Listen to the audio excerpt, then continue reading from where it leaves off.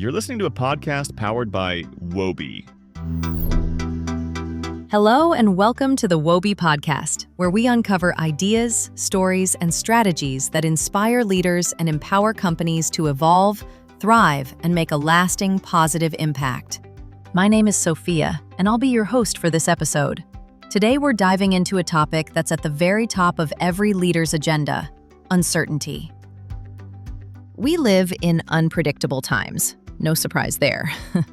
Markets can shift overnight. Entire industries can be shaken by new technologies, and even the safest strategies or the most established companies can collapse in an instant, or get outpaced by a couple of recent grads running a startup from their dorm room. In a world like this, great leadership isn't about having all the answers or controlling every variable. It's about having the courage to face the unknown. It's about building agile and clear decision-making systems.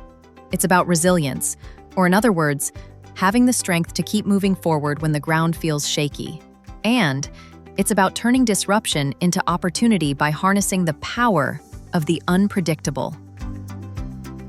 And in fact, the power of the unpredictable is the theme of this year's World Business Forum, our global event taking place in New York, Madrid, Milan, Sydney, Bogota, and Mexico City.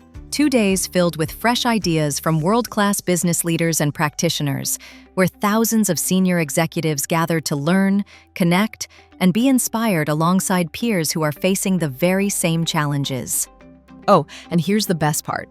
Being a WOBI member gives you access not only to the World Business Forum, but also to a wide range of benefits, from exclusive networking opportunities to a constantly updated library of digital content, including this podcast, and much, much more. Plus, being a part of a global community of business leaders. And this year, joining WOBI brings all of this and even more. New voices, additional local events, international conferences, and hands-on workshops. So, if you're not yet a WOBI member, what are you waiting for? Join us, secure your seat at the World Business Forum, and be part of something much bigger. In the next few minutes, we'll talk about what it really means to lead when the future feels unclear. Because let's face it, the only thing we can be sure of right now is uncertainty. Or, as the Greek philosopher Socrates once said, "All I know is that I know nothing." And to do that, we'll be hearing from some leading experts and practitioners, including Seth Godin, Nathalie Nahai, Nouriel Roubini, Zach Cass, Randi Zuckerberg, and many more. Here's how we'll roll. We'll kick things off by looking at how disruption can actually be a catalyst for growth. From there, we'll move from theory to action and dive into strategies and tools you can use to face uncertainty with courage and confidence. And we'll wrap up with an optimistic view of tomorrow. Because if there's one thing uncertainty teaches us, it's that the future is full of possibilities, but only if we're willing to step into them. So if you're ready to lean into the unknown and shape what comes next, please take a seat and fasten your seatbelt. The ride might be bumpy, but I guarantee you, it's going to be exciting. Let's kick things off with Patrick Ledden. He's a leadership expert, culture strategist, and best-selling author. And he opens this episode by breaking down the concept of disruption, what it really is, and how it's different from just plain change. And trust me, Patrick knows this topic inside out. He's been studying it for years, and even co-wrote a book with James Patterson called Disrupt Everything. Over to Patrick. When you think about leading through change, you typically think about an organization is making some decisions that are driving changes that are impacting their workforce. Maybe expanding into new markets or launching new products or implementing new technology solutions or even sometimes drawing down the workforce. But there's these changes that are happening that are decisions made through the organization and they kind of flow through the rest of the business. And leaders have to help employees understand what those changes are and understand where we're going. That's very different than disruption. A change might be something that you can plan for, you see coming for a long period of time. Sometimes a disruption, whether it's small or big, happens right in the moment. It stops you in your tracks. A customer calls you, and next thing you know, 5 more call within the hour. What are you going to do? What are your people going to do? So it's really critical to recognize that these disruptions aren't prepared for. In fact, you can prepare for some crises because you can think about, well, what could possibly happen? But disruption isn't about creating a checklist of standard operating procedures you're going to follow. It's about creating a mindset and understanding your behaviors and leaning into those so that everybody in the moment of disruption can lean not on what was the policy and the steps I'm supposed to follow, but how should I think? How should I act? Where are we trying to go? And how can this disruption help us get there? When disruption hits, do we reach for a playbook or a way of thinking? Along these lines, Seth Godin picks up Patrick's thread and draws another fascinating distinction, this time between leaders and managers, while also weaving in the idea of change. Honestly, Seth hardly needs an introduction, but just in case. He's the mind behind bestsellers like The Purple Cow, a serial entrepreneur, and one of the most influential management thinkers of our time. Let's hear what he has to say. Let's take a second to think about the difference between leading and managing. Managing is important. Management is using power and authority to get other people to do what we want, probably something they've done before. Leading is different. Leading is voluntary. Leading is surfing. It's not golf. Leading is how we dance with uncertainty. So the people who are freaking out about change all around them tend to be managers because they want stability, they want a promise, they want a plan. But if you want to lead, then change is okay. The same way if you want to surf, it would help if there were waves. We've all heard about managers versus leaders. Add uncertainty and the contrast sharpens. Managers seek stability, while leaders operate where the map ends. As Nassim Taleb reminds us, what you don't know often matters more than what you do. In other words, real leadership designs for the unknown, reducing fragility and creating options. And it makes me want to turn the question to you. Are you acting as a manager or as a leader? And I'm not talking about job titles or where you sit in the hierarchy. Leaders are the ones that thrive when the waves get rough. Disruption, in this sense, isn't the enemy, but the very condition that makes leadership possible. Now, to ground this in reality, let's bring in Nouriel Roubini, the renowned economist who famously predicted the 2008 financial crisis 2 years before it happened. Roubini wraps up this first section by exploring how disruption, when understood and anticipated, can become a powerful catalyst for growth. He reflects on what disruption truly looks like in practice and reveals one of the greatest disruptors we're likely to face in the years ahead. Any guesses on what it might be? I think that every individual, every business, every corporation, every government has to look not the past, but at the future. And we cannot fight the last war. We have to look at what are the risks and opportunities ahead. For example, people worry about the impact of globalization and of migration on job creation, on economic growth. But the reality is that in the future, technology is going to disrupt jobs much more than migration or globalization. And I'll give you the following example. Assume, for absurd, that the US would impose a 100% tariff on everybody, so they don't import anything from the rest of the world. And assume that they build a big wall and no one enters in the United States. In spite of that, technological innovation is going to lead to major disruption of types of jobs, type of industries, individual firms, and it could lead over time to permanent technological unemployment, even without any trade, even without any migration. So any business in the world has to be aware that business can be disrupted either by other firms that are existing, who are competing with this business in the same sector, but they are going to adopt technology faster. You have to be a little bit paranoid and realize that either you innovate, either you adapt, either you adopt fast enough these new technologies of the future, or otherwise there will be major disruption. That is important at the individual level. How can I make sure as a person that my job is not becoming obsolete? How I retrain myself is true for any business and corporation, is true for any financial institution, is true for countries and their governments, and also true for investors. Okay, so we've unpacked what uncertainty and disruption look like. Now comes the million-dollar question. How do we actually handle it? It's normal to freeze. It's natural to feel fear. But what great leaders and strategists do best is move past those feelings and take action. To help us see how, we turn to Berkeley's Professor Peter Wilton, who offers a practical framework to shed some light on this very question. Often, I will see organizations that would like to take a wait-and-see approach. In other words, do nothing or do very little until the uncertainty goes away. I don't believe we can do that in today's environment. So we have to have a strategy for responding to this uncertainty. What it takes today is to adopt the mindset that this future around us is not a random event. It is a future that is created. It's created by people who have a vision for the kind of future-ready organizations they want to create. They effectively communicate that vision, and they effectively attract support from their alliance partners, including the funders, based around the ability to articulate that vision. So when you think about responding to uncertainty, you are either a reactor, you're a holder, or you're a shaper. And the most effective posture, if you want to remain a leader, of course, is to be the shaper. Uncertainty just means we need to keep options open in case things go one way or the other.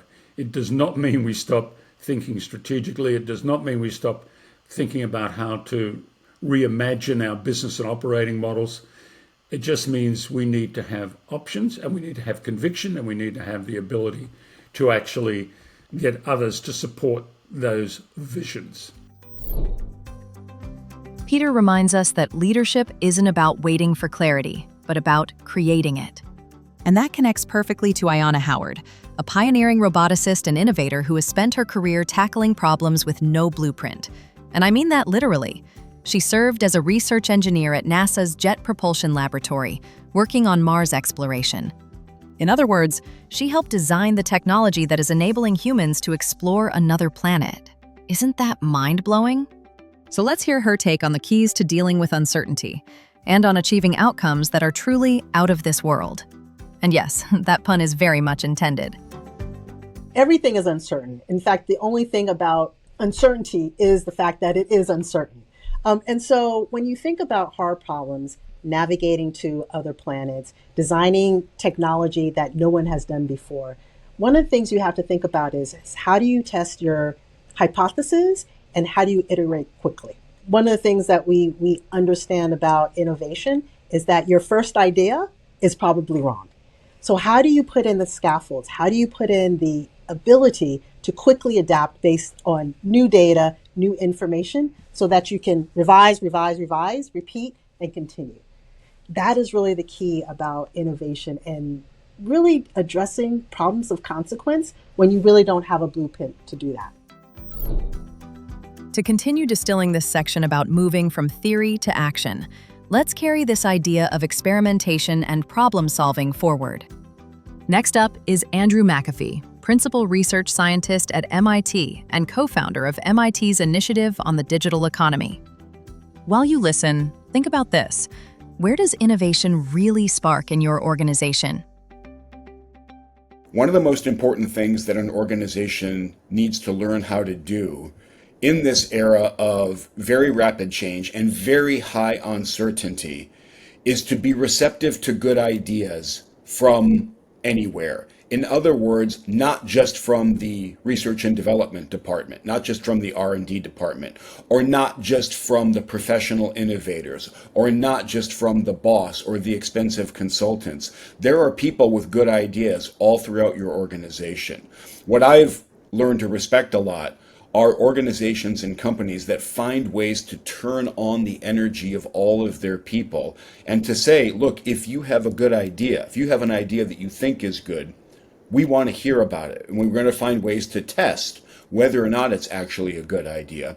But this idea, this work that we all have of navigating an uncertain environment, this is everybody's work. This is not just the job of a few people. To wrap up this second part of the episode, we'll keep building on strategies for dealing with uncertainty. But this time we're switching things up and heading into the world of sports.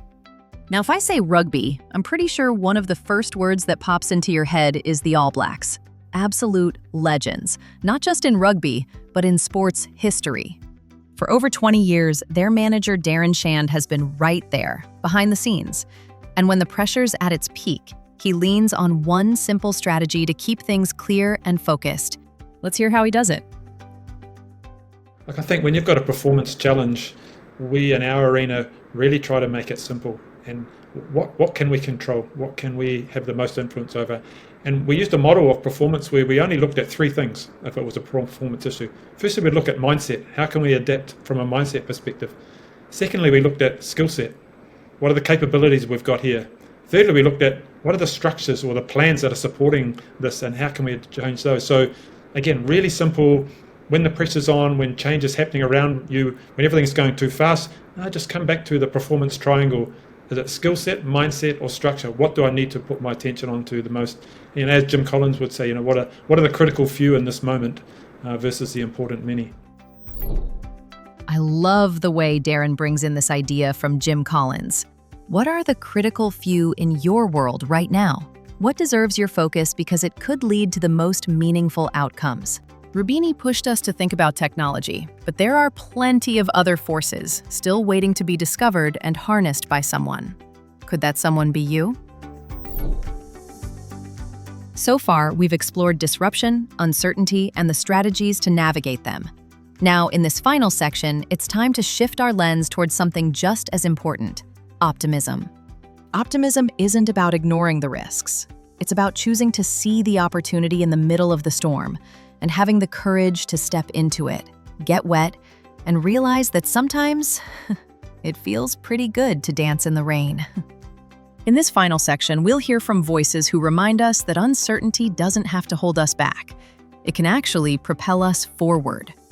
And to kick it off, we are going to hear from Randi Zuckerberg, former director of marketing at Facebook and now founder and CEO of Zuckerberg Media.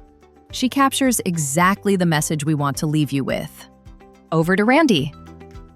I think when you're in a time of uncertainty, that's actually when the great companies can truly rise to the top, because it's a time to upskill your workforce, to redefine your mission and what you stand for as a company. And it's really an opportunity to see what the audience, what your consumers want, and to double down on it. So I think instead of looking at an uncertain time with fear, I have found in business that every uncertain time is an opportunity.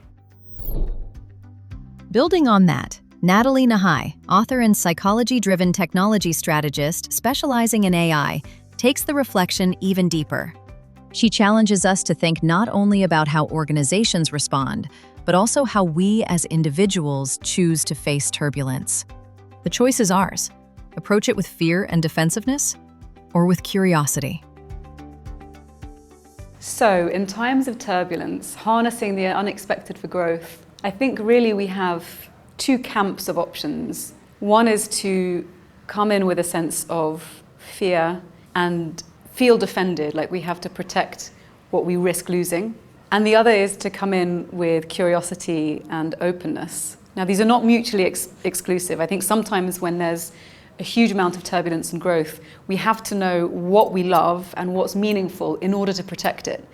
But that can also mean working with new advances, new tools when it comes to technology or what it might be, to support us in living the kinds of lives that are rich and meaningful.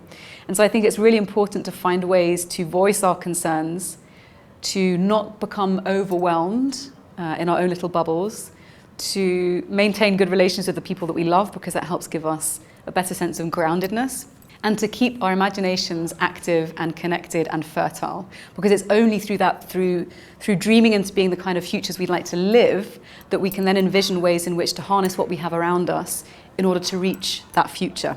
So yeah, a lot of it's to do with connection, relationships, and imagination.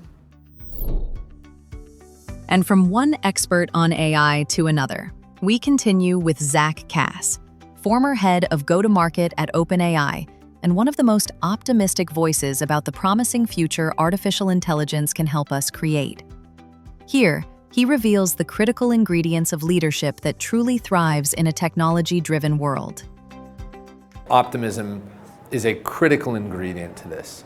And so in a world where all things are equal, where you have one person who knows a lot about the world and uses technology quite well, and another person who knows a lot about the world and uses technology quite well, the thing that will separate the two of them, I think, is who is imagining a better world because of the technology or because of their opportunity. And we're seeing this more and more in leadership, that humility and optimism are these critical ingredients that we didn't appreciate previously, or we didn't realize how important they were. Now, obviously, if all things aren't equal, things like technological competency, curiosity become critical components, and obviously adaptability. Last but not least, as we wrap up this episode, it's time for Peter Docker. His extraordinary career includes more than 25 years as a senior officer in the Royal Air Force, co-authoring the best-selling book Find Your Why with Simon Sinek, and now working as a consultant and executive coach helping leaders unlock high performance in their teams. In this closing reflection, he not only shares the mindset needed to navigate uncertain times, but also offers an inspiring analogy that I'm sure you're going to love. Every generation has found things to be uncertain. This is not new. And I think to harness this for growth, we need to talk about it differently. Just the way we talk about it now generates fear. And when we're in a place of fear, then we cannot be creative, we can't be innovative, and we can't grow. So the opportunity is to shift our perception towards business and focus on those things that we can control internally, setting those conditions where our people can step up and be extraordinary. Just as an example to bring this to life, I'm not a big fan of roller coasters. And so it was quite a scary prospect to go on Tron, a big roller coaster ride at Disney. And if I'd approached it from the perspective of this is all very uncertain and, fearful, then I probably wouldn't have gone on that roller coaster at all. But instead, with the encouragement of a great friend of mine, I perceived this as something that was going to be fun and exciting. And not only did I get on that roller coaster, I got on the front row of that roller coaster. And it was extraordinary. I loved it. So, that's the analogy for business, I think. In these times that people see as uncertainty, it generates fear. But what we can do is to choose to see it as a time of immense possibility right now, more than we've perhaps ever had, and get on that front seat of that roller coaster and go for it. When I told you this was going to be a bumpy but exciting ride, you probably weren't expecting a full-on roller coaster, huh? So let me leave you with this. What's the one idea that resonated most with you today? Think about it, keep it close, and put it to use. For me, the takeaway is clear. Yes, uncertainty is scary. Yes, it might feel more comfortable if things unfolded differently. But that doesn't mean the future won't get better. There's always something to learn, always something valuable in every situation, no matter how hard it may seem. I don't want to leave without mentioning a quote that Alex Rivera, the best-selling author of Good Luck, shared with WOBI in a recent interview. I think it's the perfect cherry on top to close this program. He believes that uncertainty is just the name surprise uses when it wants to scare us. Let me put it another way. Uncertainty only feels frightening until we change how we see it and recognize it as a powerful catalyst of opportunities. At the end of the day, maybe that old saying, better the devil you know than the devil you don't, isn't always true. Sometimes the unknown is exactly where the magic happens. And with that, I'll say goodbye for now. I look forward to seeing you all at the World Business Forum and staying connected all year through our local events, conferences, workshops, and of course, the WOBI app.